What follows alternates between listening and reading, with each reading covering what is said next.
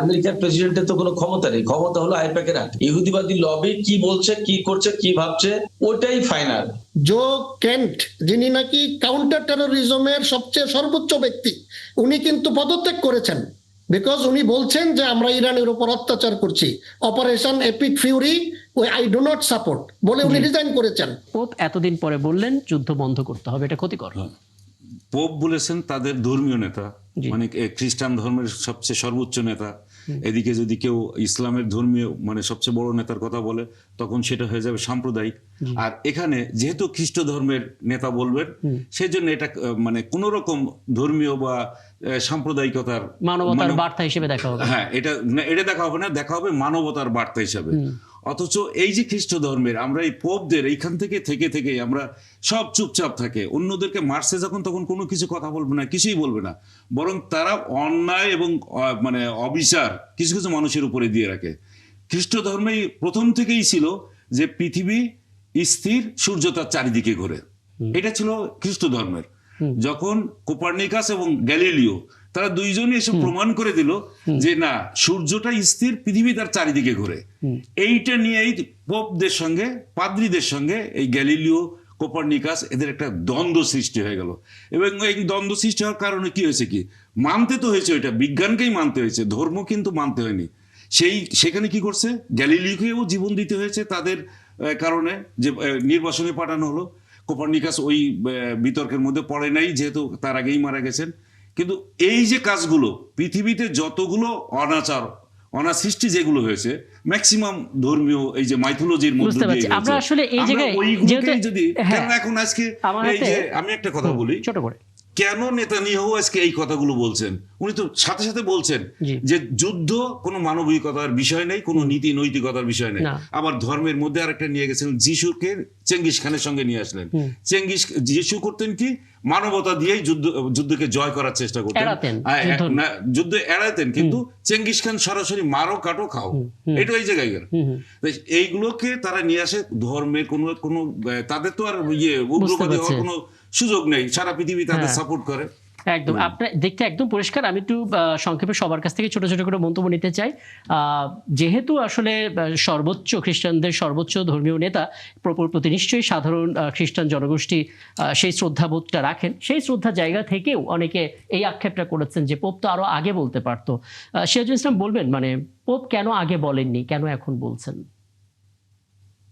একদম খুব সহজ করে যদি বলি, আমি যা বুঝি, আমি যা বিশ্বাস করি এবং আমি যা বলি, সেটা হচ্ছে যে পুরো খ্রিস্টান ওয়ার্ল্ড এবং ইহুদিবাদী ওয়ার্ল্ড এ তো এক।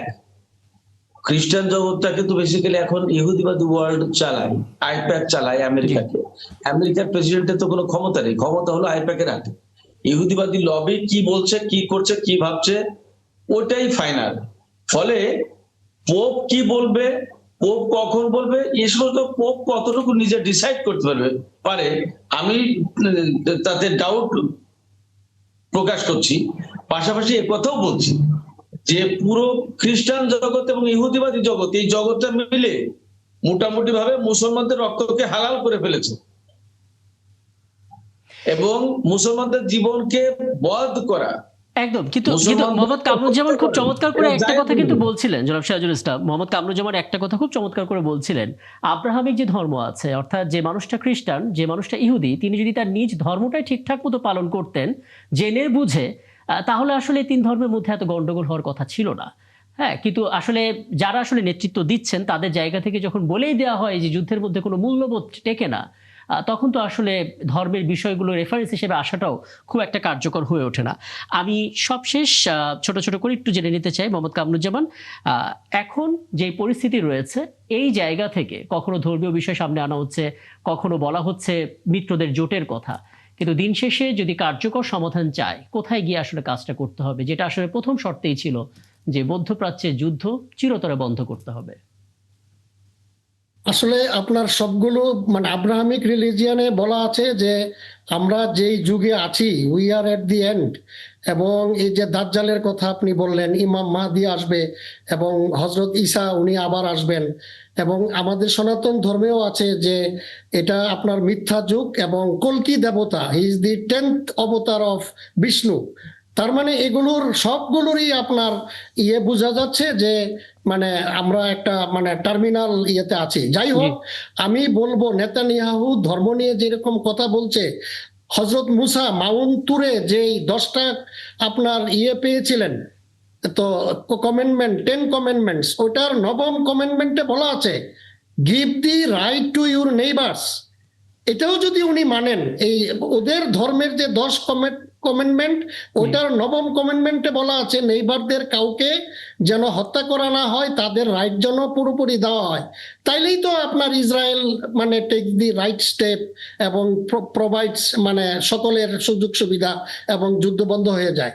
তো আসলে প্রবলেমটা হলো এটা আসলে রাষ্ট্রের জন্য না, যতটুকু ওরা যুদ্ধ করে ওরা নিজেদের প্রাইম মিনিস্টার টিকিয়ে রাখার জন্য, সেকেন্ড টার্মে প্রেসিডেন্ট হওয়ার জন্য এই ব্যক্তি পর্যায়ে আপনার এগুলোকে নিয়ে অ্যামালগামেট করে ব্যক্তি স্বার্থ চরিতার্থ করার জন্য চেষ্টা করে। যে কারণে আপনি দেখলেন ইউএসএ তে এই বিগত 3 দিন আগে আপনার জো কেন্ট, যিনি নাকি কাউন্টার টেরোরিজমের সবচেয়ে সর্বোচ্চ ব্যক্তি, উনি কিন্তু পদত্যাগ করেছেন। বিকজ উনি বলছেন যে আমরা ইরানের উপর অত্যাচার করছি, operation epic Fury I do not support বলে উনি রিজাইন করেছেন। তো আমার তো মনে হয় যে United States of America, Israel সবখানেই ইরানের ফেভারে, বিকজ রাইট কজকে কিন্তু মানবতা সকলেই আমি একেবারে শেষের দিকে আপনার জি। বক্তব্যটা একেবারে স্পষ্ট। সবশেষ অধ্যাপক আক্কাস আহমেদ, ছোট্ট একটা মন্তব্য আপনার কাছ থেকে নিতে চাই। ইরান যুদ্ধ নিয়ে আমরা কথা বলছি, এই যুদ্ধের যদি অবসান হয়, একটা টেকসই সমাধান হয়, তাহলে গাজার উপরে যে আগ্রাসনটা ইসরায়েলে চলছে সেটারও একটা অবসান হবে কিনা? ধন্যবাদ। আমি এর সাথে একটা বিষয় যুক্ত করি, সেটা হচ্ছে কি আপনার এই যে মিডল ইস্টের কান্ট্রিগুলোর যে আপনার যে সামরিক ঘাঁটি, মার্কিন যুক্তরাষ্ট্রের সামরিক ঘাঁটি, সেটা কিন্তু শুধুমাত্র তাদের রাষ্ট্রের নিরাপত্তার জন্য না। আমি কিন্তু মিডল ইস্টের কয়েকটা কান্ট্রি ভিজিট করেছি, তার মধ্যে আরব আমিরাত, সৌদি আরব, বাহরাইন, এই সমস্ত রাষ্ট্র আমি ভিজিট করেছি। ওখানে মানুষের সাথে কথা বলেছি, তারা বলেছে মিডল ইস্টের মানুষগুলো ডেমোক্রেসি চায়, তারা রাজতন্ত্র চায় না, রাজতান্ত্রিক শাসন ব্যবস্থা চায় না।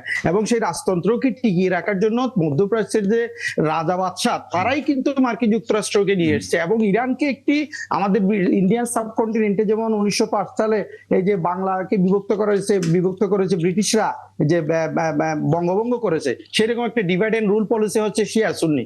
কাজে এটা আমি বলবো যে গাজার যে প্রশ্নটা আপনি করেছেন, সেটা হচ্ছে যে কি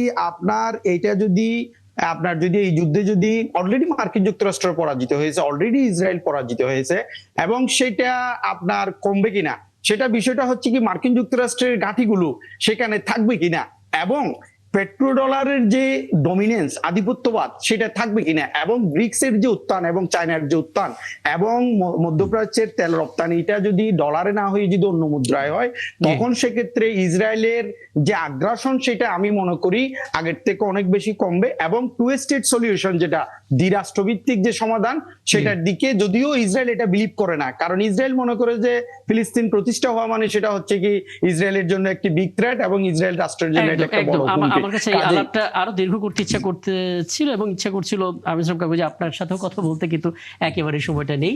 আমরা আসলে যতটুকু পারা যায় চেষ্টা করেছিলাম আলোচনার 360 ডিগ্রি করতে, এবং অনেক অনেক ধন্যবাদ যারা আসলে যুক্ত ছিলেন এতক্ষণ।